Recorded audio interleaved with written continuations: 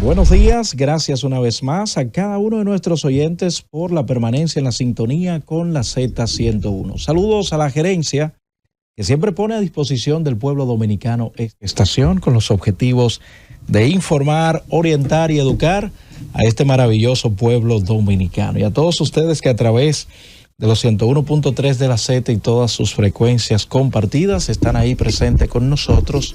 Estamos también en el canal 110 de Claro, 79 de Win y las diversas plataformas digitales de la Z101. Hoy es martes 25 de febrero, año 2025. Y ya estamos aquí con ustedes en la receta médica de la Z. Los buenos días al doctor Víctor Calderón. Muy buenos días, mi querido público, que como todos los martes aquí en la receta médica de la Z para llevar las informaciones más actualizadas en salud.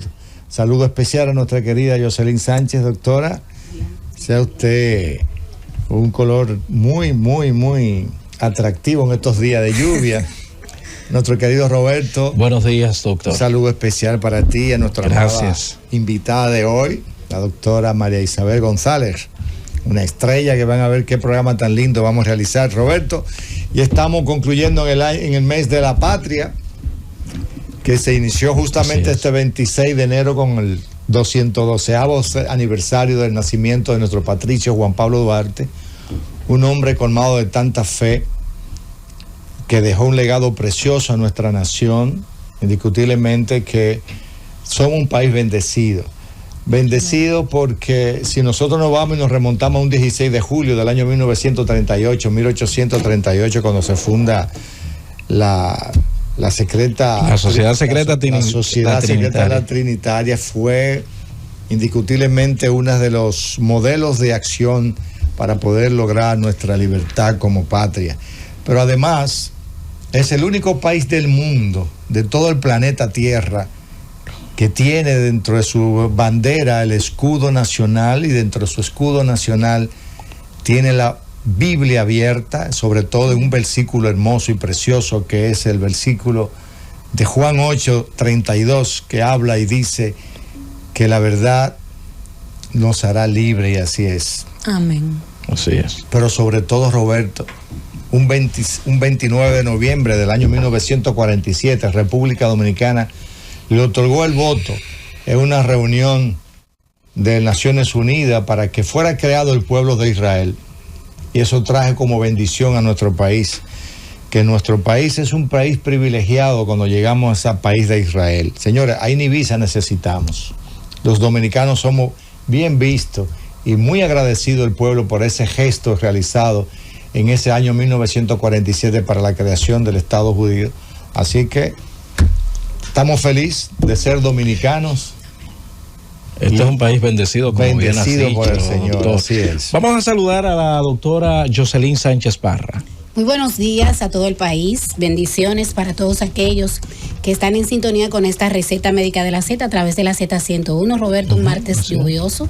Ay, sí. Hoy es el natalicio, además de lo que usted decía de Ramón Matías Mella. Ramón Matías Mella, claro. Adelante, doctora Sánchez. Roberto, tuve la oportunidad en esta semana de visitar 2 hospitales. A propósito de amigos que tenían visita, familiares ingresados. Quiero felicitar al Hospital de la Policía. Ay, qué bueno. Un flujo, un hospital limpio, Roberto. Vi a todo el personal amable desde el parqueo, atención al usuario, los médicos, cuando se le hacía alguna pregunta para identificar dónde estaba el familiar del paciente, muy amable, muy limpio. A diferencia, Roberto, ahí quiero hacer una pausa y quiero con el corazón en la mano, Roberto. Y no fue que me lo contaron, que me mandaron fotos, porque no acostumbro a eso, sino algo que viví en el Hospital Darío Contreras. Y quiero atención al Ministerio de Salud con lo que es el Viceministerio de Garantía de la Calidad. Y usted dirá, Roberto, ¿y por qué no la Metropolitana?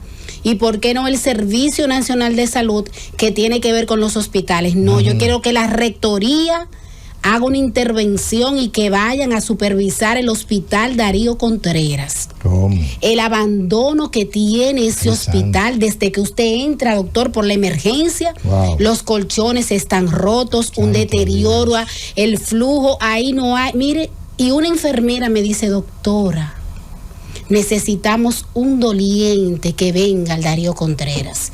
Hemos mandado videos y no nos hacen caso. Otra persona me dijo una palabra que no quiero decirla porque no es para hacer una crisis con relación a que digan, no, que están politizando ese comentario. No, es un llamado sensible. Los municipios de Santo Domingo Este necesitan que ese hospital que se entregó remozado y que se ha dejado caer, señores, ahí está la maternidad de la Altagracia, que podemos decir que se le ha dado continuidad de la atención. Cuando usted llega a la Altagracia se ve limpio, doctor, porque se entregó remozado. Reconocer la labor del director de la maternidad de la Altagracia y de otros directores de hospitales que le han dado continuidad a lo que los hospitales que le fueron entregados, que fueron remozados. Pero el Servicio Nacional de Salud, la Metropolitana y el Ministerio de Salud Pública como rectoría deben de acudir al hospital Darío Contreras. Algo está pasando ahí, señores, oscuridad.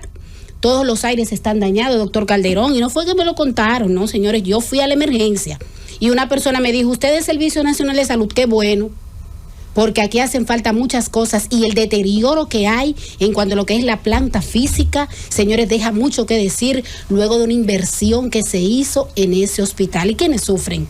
¿Quiénes sufren? Los municipios de Santo Domingo Este y el país entero, porque es el hospital principal de traumatología, a sabiendo cómo están los accidentes de tránsitos en el país. Ahí está el llamado para que vayan las autoridades en su auxilio del hospital Darío Contreras. Bueno, vamos a aprovechar para presentar a nuestra invitada, doctor Calderón, antes de irnos a la pausa. Sí, como decía al principio del inicio del programa, pues tenemos con nosotros a la doctora María Isabel González, quien es una especialista, señor, en logopedia. Ella explicará en qué consiste ser logopedia, ¿verdad? Que es una especialidad que trata sobre, lo que vamos a hablar hoy es sobre los trastornos de los sonidos del habla, como TSH, así como la hormona que mandamos nosotros a hacer. Esas son las siglas de este. Que no es la hormona folículo estimulante. No es la folículo estimulante producida a través de la estimulación de la hipófisis.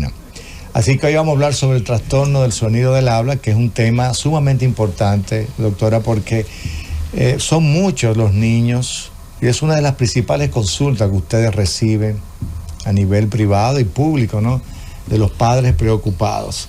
¿En qué consiste este tipo de trastorno en nuestros niños, doctora? Primero, para mí es un placer y un gusto estar aquí y que todo el pueblo dominicano pueda escuchar este tema tan interesante que el doctor acaba de mencionar, que son los trastornos de sonidos del habla, que para el conocimiento de todos ustedes no son trastornos que solo afectan a la población infantil, sino que también pueden afectar a la población adulta, incluso aquella de edad avanzada, porque son los trastornos que afectan a la producción y a la claridad de los sonidos del habla y que por ende repercuten de una forma u otra también en el lenguaje. ¿En qué momento nos damos cuenta que un niño ya tiene esta dificultad? El sistema fonético-fonológico se adquiere a lo largo de la vida. Los niños en su primer año empiezan a decir sus primeras palabras, pero es a partir de los 3 años que nosotros tenemos que tener y prestar especial atención al trastorno fonético-fonológico. A los 3 años ya se dicen un sinnúmero de fonemas que los niños tienen que tener adquiridos tanto de forma repetida, inducida, como espontánea. Es decir, aquellos niños que puedan emitir los fonemas, por ejemplo, M, P o B o T, lo deben de hacer de forma correcta, tanto al decir la palabra de forma repetida como al usarla de forma automatizada en el lenguaje espontáneo. Para la clasificación de los sonidos del habla, tenemos sonidos que aparecen a los 3 años, 4 años, 5 años y 6 años de edad. A los 6 años de edad, el sistema fonético-fonológico debe estar adquirido completamente y cuando se producen errores en los trastornos de los sonidos del habla, es decir, en la producción y articulación de estos sonidos, nosotros ya lo podemos presenciar desde los 3 años hasta los 5 años. Importante, disculpe Roberto, importante saber que es a los 3 años, porque vemos padres que dicen, no, porque desde los 8 meses, 9 meses, y están diciendo papá, agua, y ahora está muy de moda que si el niño a los 2 años no ha emitido ninguna palabra, hay un diagnóstico que es el espectro autista, que se van por esa línea, y usted especifica que es a los 3 años. Realmente hay algo que nosotros denominamos lenguaje y algo que nosotros denominamos habla. Y son 2 segmentos totalmente diferentes. El habla tiene que ver con la producción de los sonidos, es decir, cómo nosotros articulamos las palabras. Exacto. El lenguaje es algo mucho más complejo y tiene que ver con la comprensión y con la expresión, con lo que yo entiendo, con lo que yo puedo expresar. Nosotros sí podemos observar ausencia de lenguaje en niños más pequeños. Por ejemplo, a los 2 años, saber que tenemos pacientes que no tienen vocabulario, que no pueden expresar y no obstante, además de que no pueden expresar, también no comprenden el lenguaje que reciben de las personas de su alrededor y todo obviamente en una edad determinada. El habla es algo totalmente diferente. Es que yo no pueda producir determinados sonidos y yo los simplifico, y los procesos de simplificación pueden ser por sustitución, por omisión, por distorsión o por ausencia del fonema. Por ejemplo, ¿cuántas personas nosotros no conocemos, incluso adultos, que no pueden producir el fonema R? Y el fonema R tiene 2 variantes. Una que es percusiva, que es la suave, como por ejemplo la podemos encontrar en la palabra pera, y en vez de decir pera, dicen peda, o en vez de decir pero, dicen pedo. ¿De acuerdo? Ahí hay una sustitución de un fonema por otro, y lo podemos encontrar en una R que es rótica, que es la propia, la de nuestro idioma español. Y esa R rótica que no aparece en otros idiomas, como por ejemplo el inglés.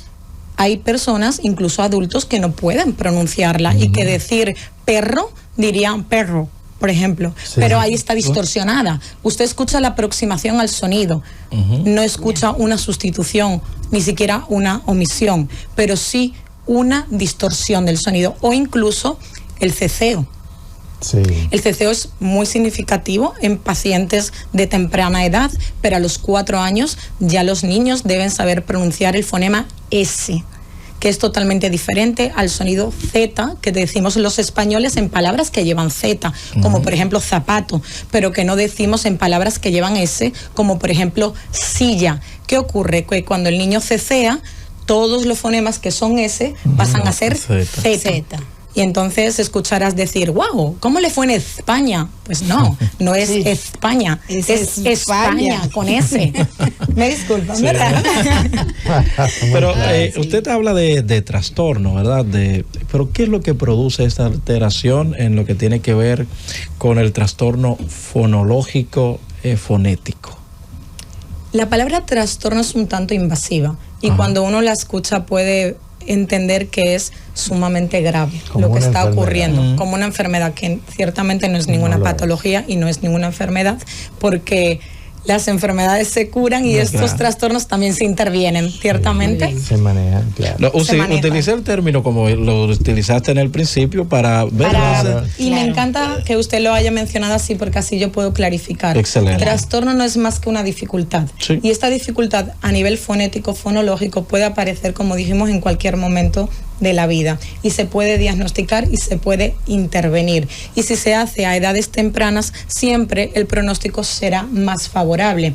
Ahora, ¿qué es la causa? Hay causas conocidas y causas desconocidas o idiopáticas. Las conocidas, por ejemplo, un sistema morfológico que está alterado, como por ejemplo pudiéramos tener la presencia de un frenillo lingual que imposibilita el sonido R, únicamente R, o sea que un niño a los 4 años tenga alterado más de un fonema y no solamente sea la R, no podemos achacarlo a un frenillo, porque la S no necesita del movimiento y de la vibración que necesita el fonema R. Por ejemplo, ahí tenemos una causa que puede ser anatómica, morfológica. Exacto. Puede tener otros parámetros que son a nivel motor, que no exista la coordinación suficiente a nivel motor para encontrar el punto y el modo de articular ese fonema. Pero hay otras causas que, como bien mencionamos, son desconocidas, y esa etiología puede ser incluso ambiental. Un papá que cecea y un niño pasa gran parte del día con su papá o con su mamá, puede repetirlo y adquirirlo de forma errónea, de tal manera que lo automatiza a nivel cerebral y hay una confusión, porque quizás en el ambiente escucho en el colegio, que lo mencionan muy bien, pero escucho a papi en la casa cecear y presenta una confusión. ¿Qué hay que hacer? Ayudar al niño a poder diferenciar ese fonema del otro que está emitiendo de forma incorrecta. Vemos de forma común que hay niños que nunca han salido fuera del país y adoptan como un cantadito en el habla. ¿Podría eso asociarse a algún trastorno? Sí, porque hay trastornos a nivel pragmático que ya son propios del lenguaje y no son del habla, que puede estar incidiendo en este lenguaje y escuchar incluso ese cantadito o habla robótica. Correcto, el habla robótica. No, el habla robótica sí, porque el cantadito, nosotros tenemos zonas en el país. No, pero hay personas que usted lo escucha hablar niños y usted cree que ha ido a Cuba, ha ido a Puerto Rico, entonces como que le llama la atención y ese lenguaje, como esa forma en el habla. ¿No será el entorno que muchas veces influye? Muchas veces pudiera ser. También a veces tenemos una habla infantilizada propia de lo que escuchamos, de los programas de televisión que vemos. Incluso en edades tempranas, aquellos niños que ven ciertos programas de televisión tienden a imitar en muchos momentos el habla del muñeco o del programa favorito, del personaje favorito que está viendo. Y ocurre, aunque sí que es propio que en otras zonas de nuestro país, pues la forma característica de hablar es propia de la idiosincrasia de esa zona, y eso es totalmente respetable y no tenemos por qué intervenir. Resulta que para nosotros es muy importante la pregunta que le hizo la doctora Yoselin Sánchez al inicio, cuando hablaba de los padres. ¿Qué conocimiento deben tener los padres, así como los maestros de escuela básica, para identificar tempranamente y diagnosticar tempranamente este tipo de trastornos, ya como hemos mencionado, del habla, del sonido del habla, ¿no? Primeramente, lo primero que deben saber diferenciar es qué trastornos son recurrentes en el habla y cuáles son trastornos del lenguaje. Primero, poder identificar y diferenciar lo que es habla y lo que es lenguaje, que ya lo mencionamos. Y por otro lado, conocer una tabla de adquisición de los fonemas, que diferentes autores la manejan. Usted, pues, obviamente puede adherirse a un autor u a otro, pero realmente a los 3 años adquieren la mayor parte de los fonemas, M, P, D, T. A los 4 años, por ejemplo, S, el sonido K, el sonido D, el sonido R, y a los 5 años deben empezar a aproximar la R vibrante. Y ya a los 5.5 el niño tiene que hablar y expresar claramente todos los sonidos del español, y el 100% de las personas que están a su alrededor deben de entenderlo a los 5 años. Pero a los 4 años, el 80% de las personas que están a su alrededor deben entender claramente lo que el niño dice. Muy bien. A los 4 años. A los 4 años. Vamos a saludar y dar la bienvenida al doctor Rafael Cisnero, que se integra con nosotros. Gracias. Saludo a ese brillante público que siempre está en sintonía, a todos ustedes. Sí, pero los tapones están un poco encendidos. Y cuando escuchaba a la doctora establecer algunas puntualizaciones, me ocurre la idea de preguntarle que los niños que están en el espectro autista, sí es muy marcado el trastorno en el lenguaje. ¿Y a qué se debería eso? Bueno, realmente los niños dentro del espectro tienen afectado ciertas dimensiones, como son el habla y el lenguaje, dando nosotros como prioridad y como logopedas la prioridad a la comunicación, es decir, a que el niño pueda comunicar y que lo pueda hacer de la forma más efectiva posible. Eso es lo que nosotros buscamos. Entonces, estos trastornos de sonidos del habla, que también se pueden intervenir dentro del espectro, porque sabemos que el espectro es muy amplio, cumplen una segunda función. Lo primero que hacemos en un niño dentro del espectro es poder trabajar la comprensión y la expresión del lenguaje, y que este lenguaje pueda utilizarlo en todos sus ambientes posibles. En segunda instancia, si pronuncia bien o no pronuncia bien una palabra, nosotros también lo abordamos, pero esa no es la prioridad. No es prioridad el abordaje de un fonema específico, no. es secundario. Lo primero es la comprensión y la expresión del lenguaje, que pueda comunicarnos. Que tenga un fonema alterado, nosotros lo trabajaremos también, por supuesto, pero dando prioridad a la semántica, a la morfosintaxis, a la parte pragmática del lenguaje. Y después, por supuesto, que a medida que trabajamos todo el lenguaje, también podemos abordar el aspecto fonético-fonológico. Pero en estos niños lo principal es que puedan hablar, pero que puedan comunicar. ¿Sí demoran más tiempo que un niño que no tenga esta condición? ¿En hablar? Sí. Dentro del espectro hay niños que son verbales y niños que son no verbales. Por eso siempre priorizamos la comunicación. Así es. Dentro de aquellos niños que son verbales, la mayoría de los niños que son verbales, a nivel fonético-fonológico, son niños muy precisos y que no tienen apenas alteraciones dentro del componente fonético y fonológico. Pero tienen muchas dificultades a nivel de pragmática, de uso del lenguaje, de entender los dobles sentidos, de entender los chistes, de entender las metáforas, de saber cómo utilizo el lenguaje en determinados contextos, en mi casa, con un amigo. Entonces, ese lenguaje que es más inferencial, más pragmático, más simbólico, es lo que se prioriza en esos casos verbales que están dentro del espectro. Tenemos casos de niños con el mismo espectro no autista que tienen un gemido muy fuerte. ¿Cómo ustedes manejarían esos casos? Son niños que nosotros tenemos que ayudar a autorregularse, y hay un componente muy importante dentro de los niños, dentro del espectro, y es conocer su sistema sensorial. Entonces, el terapeuta ocupacional es el encargado de trabajar la parte de autorregulación y componentes sensoriales dentro de estos niños, y ellos son los que ayudan a los niños a canalizar este gemido que usted menciona. Sí, su alteración del sensorio. Sí, igual que sus ecolalias y sus... Exacto. Bueno, así es. Vamos a hacer un breve corte. Al regreso continuamos en la receta médica de la Z con esta interesante conversación, para que también al regreso, ya más adelante, los oyentes puedan externar sus inquietudes sobre tan importante tema. Llévatelo, Francis.